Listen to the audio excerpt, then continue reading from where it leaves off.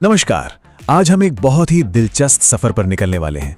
एक ऐसा सफर जो हमें प्राचीन भारत की उन 3 कला शैलियों की दुनिया में ले जाएगा जिन्होंने पहली बार भगवान बुद्ध को कह सकते हैं एक इंसानी रूप दिया। और ये 3 शैलियां हैं गांधार, मथुरा और अमरावती। लेकिन सवाल ये है कि ये सब शुरू हुआ कैसे? मतलब सदियों तक तो बुद्ध को सिर्फ सिंबल्स यानी प्रतीकों से ही दिखाया जाता था, जैसे कि उनके पैरों के निशान हो गए या फिर एक खाली सिंहासन। तो फिर अचानक ऐसा क्या हुआ कि कलाकारों ने उन्हें एक इंसान के रूप में दिखाने की हिम्मत की? चलिए आज इसी कलात्मक क्रांति के पीछे की कहानी को समझते हैं। तो हमारी इस खोज का पहला पड़ाव है उत्तर पश्चिम भारत का गांधार इलाका। अभी वो जगह थी जहां अलग अलग संस्कृतियां आकर मिलती थीं, और यहीं पर हमारे सवाल का पहला जवाब तैयार हुआ। अच्छा, तो गांधार के कलाकारों ने काम किस पर किया? उन्होंने चुना वहां आसानी से मिलने वाला ग्रे पत्थर और स्लेट, और इसी पत्थर की वजह से उनकी मूर्तियों में एक अलग ही एक रियलिस्टिक फील आया जो उस जमाने के लिए सच में बिल्कुल नया था। तो अगर हम गांधार के बुद्ध को देखें तो क्या दिखता है? एक बहुत ही रियलिस्टिक इंसानी चेहरा, बाल यूनानी देवताओं की तरह घुंघराले, और कपड़े भी एकदम लहराते हुए। मतलब साफ है, यहां कला का पूरा फोकस शारीरिक खूबसूरती और असलियत पर था, आध्यात्मिकता पर उतना जोर नहीं था। और इसी खासियत की वजह से गांधार कला को इंडो ग्रीक स्टाइल भी कहते हैं। और ये नाम देखिए बिल्कुल सटीक बैठता है। ये हमें बताता है कि कैसे इस इलाके में भारतीय परंपराओं का ग्रीक, रोमन और ईरानी सभ्यताओं के साथ एक कमाल का मिक्सचर तैयार हुआ था। तो गांधार की कहानी तो ये थी। अब वहां से चलते हैं सीधा भारत के दिल में, यानी मथुरा, और यहां हमें उसी सवाल का एक बिल्कुल अलग, एकदम देसी और कहीं ज्यादा आध्यात्मिक जवाब मिलता है। अब मथुरा के कलाकारों ने क्या इस्तेमाल किया? उन्होंने अपने आसपास मिलने वाले लाल बलुआ पत्थर को चुना, और ये जो लाल रंग का पत्थर है ना, ये मूर्तियों को एक अलग ही गर्मी, एक अलग ही जान दे देता है। जरा सोचिए, कहां गांधार का ठंडा ग्रे पत्थर और कहां ये।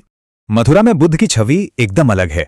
शरीर मजबूत, शक्तिशाली, चेहरे पर एक हल्की सी मुस्कान है जो अंदर की शांति को दिखाती है। आंखें आधी बंद, जैसे ध्यान में हो। और सबसे बड़ी बात, यही वो स्टाइल है जिसने बुद्ध की पहली पूरी तरह से भारतीय इमेज बनाई। और हां, एक और मजेदार बात यह है कि मथुरा के कलाकार सिर्फ बुद्ध की मूर्तियां नहीं बना रहे थे, वो जैन तीर्थंकरों और यक्ष यक्षिणियों को भी गढ़ रहे थे। तो देखिए, हमारे सामने दिव्यता के 2 बिल्कुल अलग अलग विजन्स हैं। एक तरफ है गांधार का रियलिज्म, जो बाहरी दुनिया, मतलब बाहर के कल्चर से प्रभावित था, और दूसरी तरफ है मथुरा का आइडियलिज्म, जिसका पूरा जोर अंदर की शांति और एक खालिस भारतीय अभिव्यक्ति पर था। चलिए अब इस सफर के आखिरी पड़ाव पर चलते हैं, दक्षिण भारत में। यहां हमारी मुलाकात होती है अमरावती शैली से, और इसका अंदाज तो और भी अलग है। ये एक कहानी सुनाने वाले का नजरिया है, एक स्टोरी टेलर का विजन। अमरावती के कलाकारों की पसंद थी सफेद संगमरमर और चूना पत्थर। ये बहुत ही शानदार पत्थर हैं, और इन्हीं पत्थरों की वजह से उन्हें अपनी कला को और भी ज्यादा डिटेल में और भी सजावटी बनाने की आजादी मिली, जो उनकी कहानी कहने वाली स्टाइल के लिए हम कह सकते हैं एकदम परफेक्ट था। अमरावती कला की सबसे बड़ी पहचान क्या है? वो है मूवमेंट और स्टोरी टेलिंग।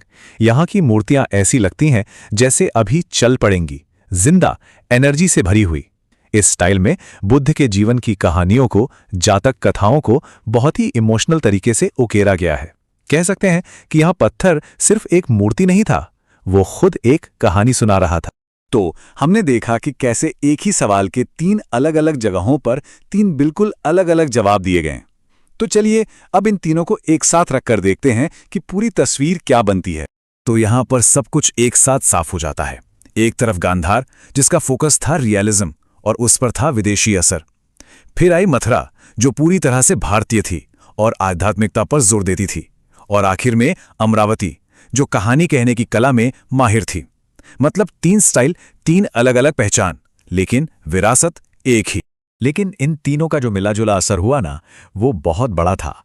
ये सिर्फ आर्ट स्टाइल्स नहीं थे, ये एक तरह से कल्चरल एम्बेसडर थे। इन्होंने भारतीय सोच और कला को भारत की सीमाओं से बहुत दूर पूरे एशिया तक पहुंचाया। तो आखिर में ये शैलियां हमारे सामने एक बड़ा सवाल छोड़ जाती हैं। क्या आर्ट सिर्फ खूबसूरती के लिए होती है, या फिर